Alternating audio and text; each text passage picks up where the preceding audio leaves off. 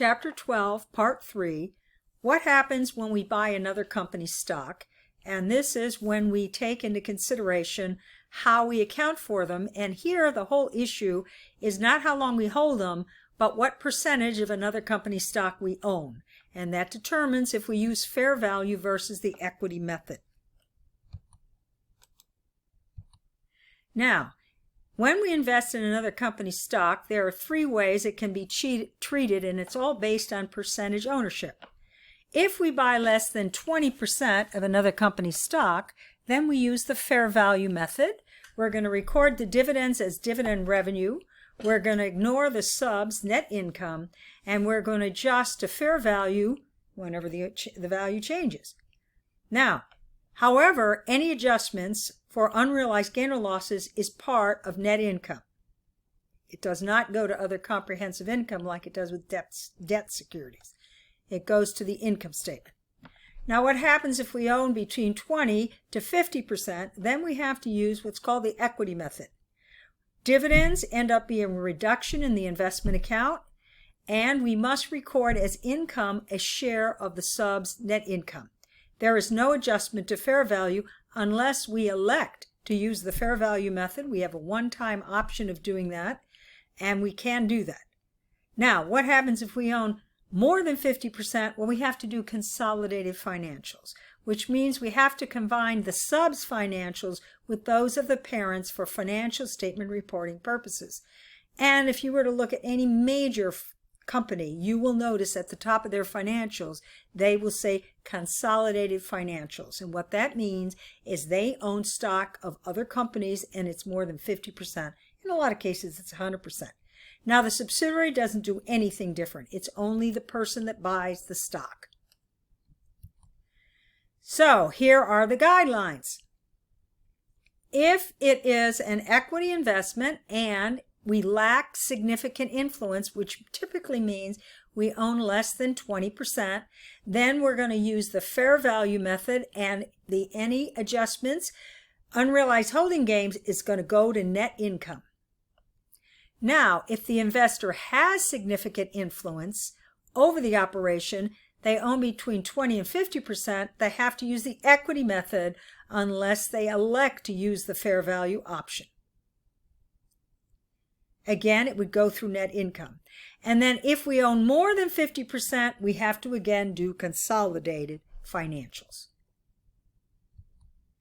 So, when the investor owns between 20 and 50%, significant influence usually is assumed to exist if the investor owns between 20 and 50% of the investor's voting shares.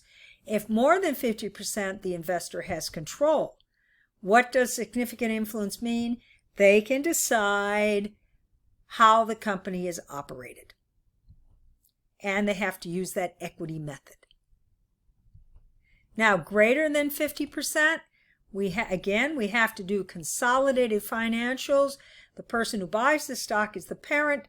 The company that issued the stock is the subsidiary. They are considered a single entity for the parent, not for the sub, only for the parent. Consolidated financials, we combine the individual elements of the parent and the subsidiary statements into a single financial statement. And in these kind of transactions, we can generate what we call goodwill. And this is at the time we buy the stock.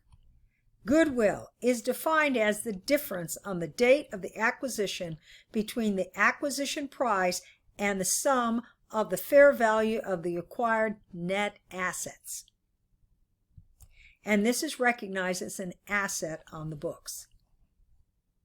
Now, we don't cover consolidated financials in this. That's normally covered in advanced accounting.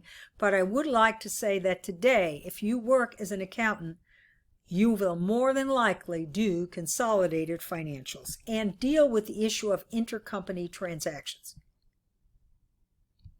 Now, our first example. My company purchased 8 million shares of 10% or 10% of Bruce Company for $56 million. The fair value in the net, there was no goodwill. During the year, Bruce Company earned net income of $30 and paid cash dividends of 35 cents per share. Assume that Mike's company does not have significant influence over Bruce. The fair value at the end of the year for the stock is $62 million. Now, date of the purchase, it would be investment in Bruce Company, cash. Receipt of the dividends, it would be cash, dividend revenue. The net income we would ignore from the sub, and we would have to adjust to fair market value, which would be your unrealized holding gain and fair value adjustment. So it's the $62 million minus the $56 that we paid for. Now, what does that look like on the financials? On the income statement, we'd see interest income and the adjustment to fair value.